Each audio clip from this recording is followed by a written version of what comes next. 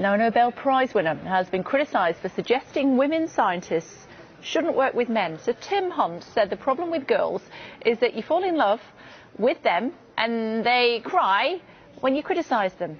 He admitted being a chauvinist pig, but does that excuse his comments? Well, with us is columnist and broadcaster Milo Yiannopoulos, as you can see, and also Dr. Emily Grossman, who is a maths and science teacher and tutor. Who'd like to start, Doctor?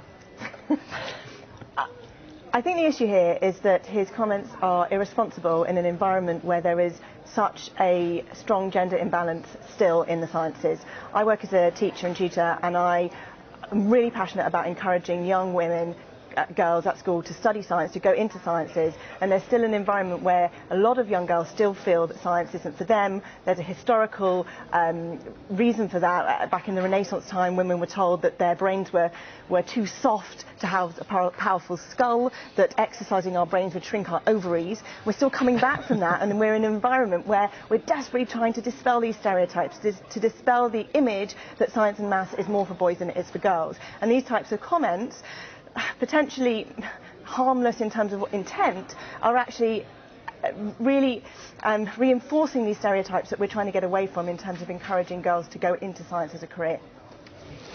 We hear this a lot from scientists, you hear a lot in particular from female scientists, but the fact is that there is some reason to suppose that there is an advantage to being a man in certain subjects. There's reason to suppose that gender essentialism, biological determinism, whatever you want to call it, the fact that there are male brains and female brains, may indeed have some basis in science. Now, this is sort of thrown out of the window completely by feminists and female academics who just refuse to accept that there's any reason whatsoever why there might be a gender imbalance. Two things on that. One, actually the science is very much still out on that. And two, if you look at equality in society, if you look, for example, at Bangladesh versus Norway, what you notice is the number of women in science and technology subjects actually goes down as societies get more equal, because women simply don't make the same choices that female academics and feminists would like them to. Women actually don't want to go into the sciences on the whole, and when they have every option available to them, they tend to choose not to. I don't think that's the issue. I think it's about confidence. I think women suffer.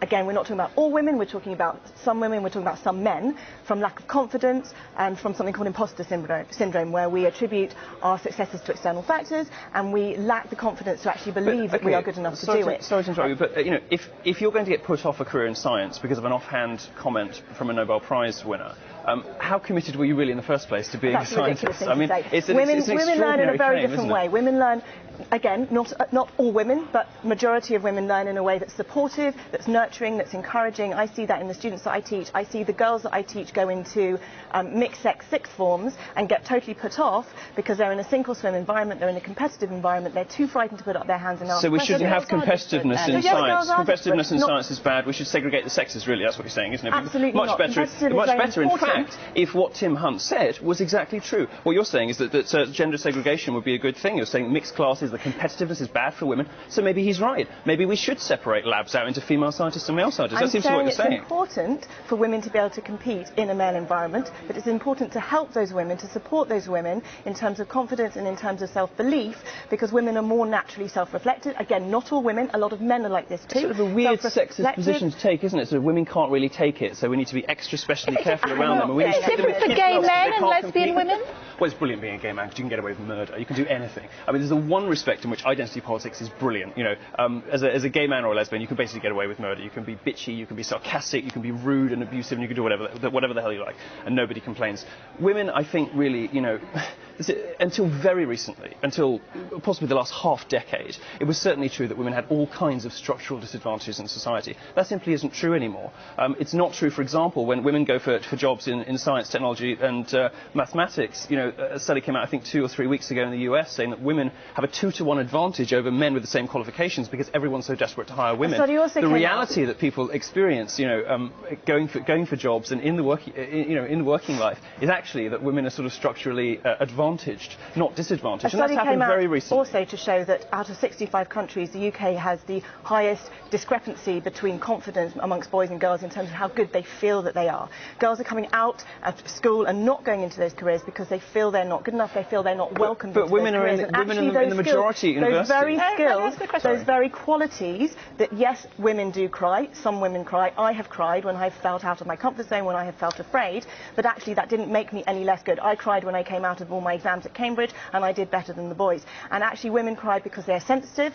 Again, not all women, some women, lots of men too, because they're sensitive, because they're self-reflective, because they're empathic, because they're passionate, and they're willing to take on criticism, they're willing to look at themselves. Excuse me? So Tim Hunt's right.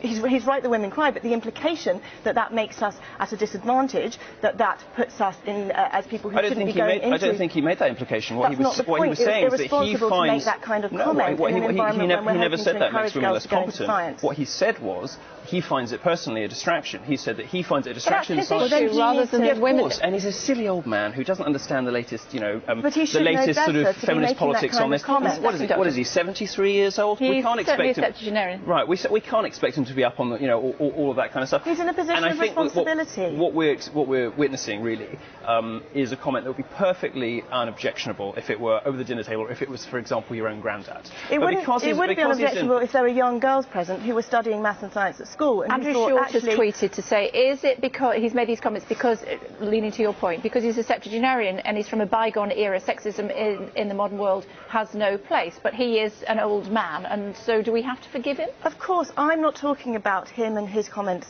as him as a person. I'm talking about what it does in terms of the environment that we're bringing girls up into, and a responsibility that people in positions of authority like he is to actually not perpetuate these negative images about women. It's really damaging. When girls do a maths test in an environment where they've been told that they're not going to be as good as girls, if they do a maths test in that environment and they identify themselves as girls, they actually write their name as female on the test, they won't do as well in that environment. Yeah, but you see, you're conflating two different things. It is true that teachers in general mark boys down, but it's true that in STEM subjects they mark boys up. When you sort of do the blind tests, when teachers know the gender of the person who's studying, boys get marked up in the sciences. I'm not talking about that. I'm talking about the stereotype threat, which is when girls identify themselves as being female by writing their own name on the top of the test, they will do worse. It has been shown that they will do worse because they know that they feel that they will probably fail. Better at university. More girls are going. Well, okay, so we have to ask. Girls perform better at university. You have to ask if this is really a problem. More women are going to university. They're getting higher grades at school. They're getting higher grades at university. 20% of all more women graduate. Women in their 30s earn more than men for the same work in their 30s in the UK and the US now.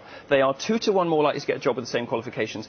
Where's the structural bias against women here? I don't see the problem here. What I do see, actually, is a very reasonable complaint from a lot of young men, not my generation maybe, I'm sort of 10 years older than them, but from a lot of young men who are going to university, going into the workplace, and they don't recognise the world you're describing, because it's not their experience. When they go for a job, they are discriminated against because people are desperate to hire women. When they go to university, more women are doing better all around them, and they feel as though being held up to feminine standards of behaviour, being whacked on Ritalin because they're too boisterous in the playground, or not getting the same support that women do at university, that society is actually architected very much in the other direction. Would you like to make a final point, and then I'll come to you? Of all A-level physics students, only 20% are girls. How can you possibly say that we're in an equal environment where girls are coming out and studying science as much as boys are? We are absolutely not, and we need to make sure that girls feel that science is for them and it's not just for boys, and they're not being pushed out of it because of who they are and because they might cry and because they might be self-reflective. But this is based on an assumption that there ought to be some kind of gender parity. My suggestion is that there isn't. We don't complain when women dominate subjects like nursing. We shouldn't complain when men dominate subjects like physics. We're going to have to leave it there. We could chat for another hour on this. Milo, Doctor, thank you both very much indeed for joining us here on Sky News. We'll continue this discussion on Twitter. Women should not be in a science lab because they cry and fall in love, says a septuagenarian biochemist. What do you think? You can find out what my guests think on Twitter as well. Dr. Emily Grossman at Nero. Send us your thoughts at Kay Burley if you would like to. We've got all today's top stories.